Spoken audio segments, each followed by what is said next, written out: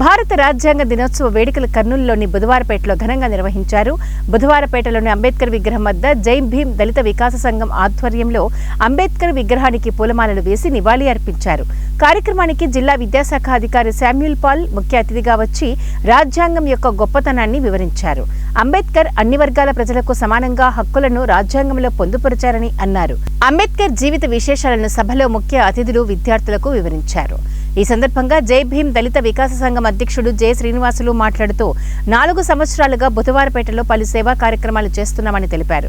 ముఖ్యంగా విద్యార్థుల చదువులపై దృష్టి పెట్టి వారిని చిన్నతనం నుంచే రెసిడెన్షియల్ స్కూళ్లలో, ప్రభుత్వ హాస్టళ్లలో చేర్పిస్తున్నామని తెలిపారు.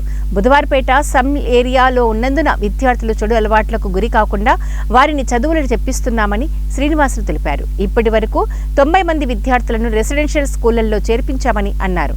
కార్యక్రమంలో సురేంద్రనాథ్, న్యాయవాదులు రవి, సుబ్బయ్య, చంద్రుడు, రాజేష్ తదితరులు పాల్గొన్నారు.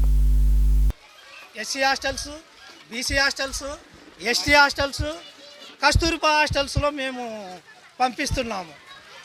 ఎందుకంటే ఇక్కడ మా వీధి స్లమ్ ఏరియా, ఇక్కడ ఉంటే మా పిల్లలు చదవరని, చెడు అలవాట్లకు బానిస అవుతారని, చిన్నగుట్టినప్పటి నుంచే వాళ్ళని హాస్టళ్ళలో పెంచితే వాళ్ళకు ఒక ఎయిమ్ ఉంటుంది.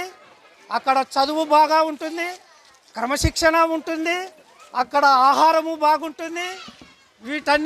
అన్నిటితో పాటు వాళ్ళ ఉద్దేశం కూడా అంటే వాళ్ళు జీవితంలో వాళ్ళు ఏమి కావాలనుకుంటున్నారో దానికి వాళ్ళు ప్రిపేర్ కావడానికి కూడా అవకాశం ఉంటుంది.